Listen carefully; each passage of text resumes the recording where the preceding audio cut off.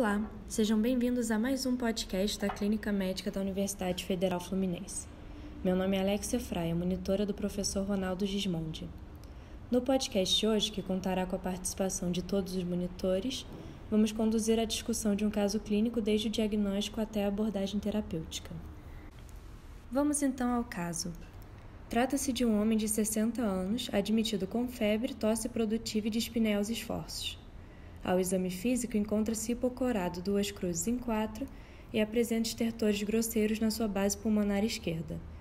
Encontra-se hipotenso, com uma PA de 100 por 60 mm de mercúrio, taquicárdico e taquipneico. Tem ainda uma SpO2 levemente diminuída, de 92%.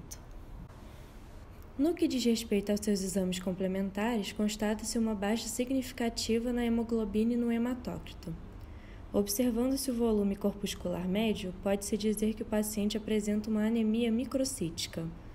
Apresenta ainda uma leucocitose com desvio à esquerda, tendo aumento de bastões. Percebe-se ainda uma azotemia, bem como uma hipercalemia. Por fim, a dosagem de proteína C reativa encontra-se também aumentada.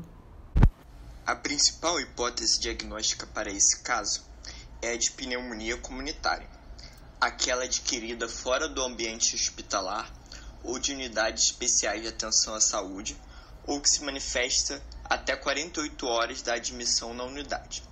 O diagnóstico da pneumonia é clínico, idealmente complementado com a radiografia de tórax. O paciente em questão apresenta os sintomas mais característicos da pneumonia: tosse, febre e dispneia. A tosse é caracteristicamente produtiva, com secreção purulenta. Outros sintomas comumente presentes nesse quadro são a dinamia e a dor pleurítica. Vale lembrar que no paciente idoso a febre pode estar ausente, apresentando um quadro mais inespecífico, de sonolência e inapetência. O paciente também apresenta achados ao exame físico que são compatíveis com o nosso diagnóstico, como a presença de estertores localizados e a taquipneia, além da redução da saturação de oxigênio evidenciada pela oximetria.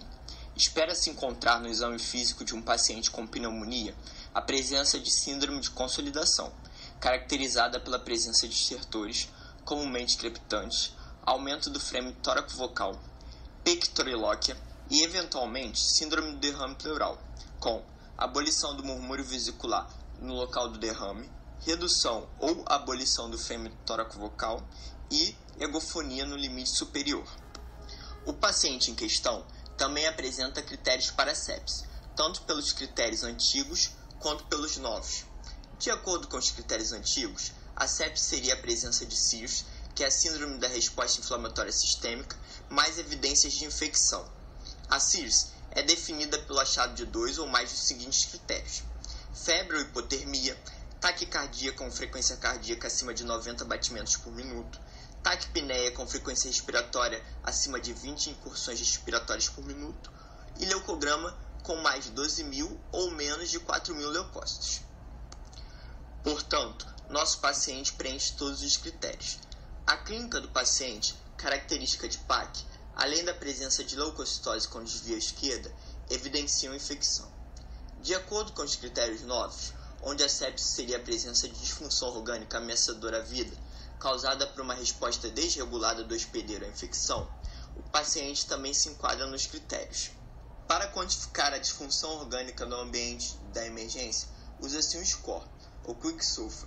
Seus itens incluem frequência respiratória maior ou igual a 22 incursões respiratórias por minuto, alteração do nível de consciência e pressão arterial sistólica menor ou igual a 100 mm de mercúrio.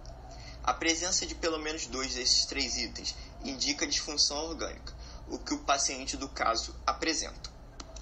O score CURB-65 é um score simples que pode ser aplicado para orientar a necessidade de internação do paciente e como preditor de mortalidade.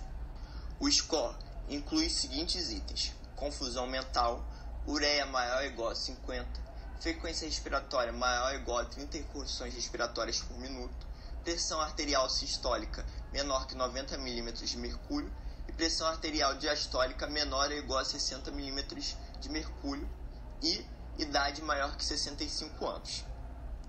Se o paciente pontuar de 0 a 1 O tratamento poderá ser ambulatorial, apresentando baixa mortalidade, cerca de 1,5%. Se pontuar 2 ou mais, há necessidade de internar o paciente. De 3 a 5, a mortalidade é mais alta, igual a 22%, havendo indicação inclusive de internação em unidade de terapia intensiva. O nosso paciente pontua em 3 itens. Tem ureia maior que 50, frequência respiratória de 30 e pressão arterial diastólica de 60, havendo indicação de internação.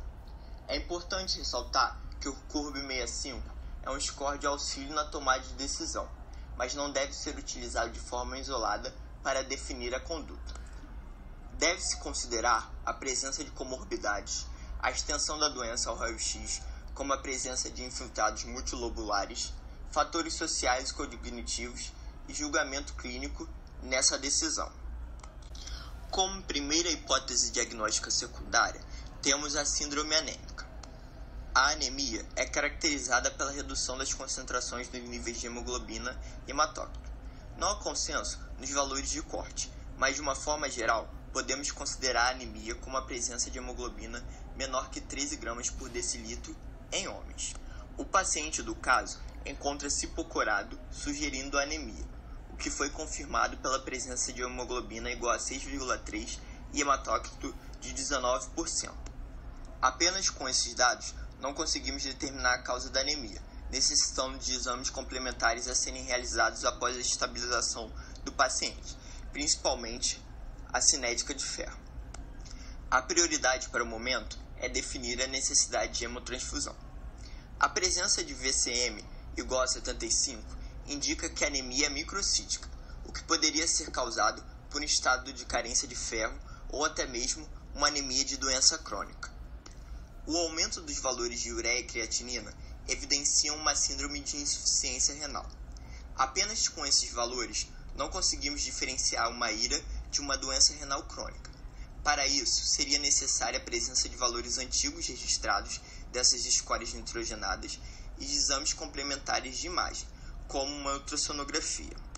A presença de alterações endócrinas também falaria a favor de doença renal crônica.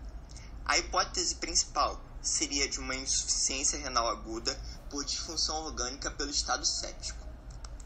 O aumento predominante da ureia em relação à creatinina fala mais a favor de IRA pré-renal, o que corrobora a hipótese de IRA por sepse, má perfusão renal causada pela mesma.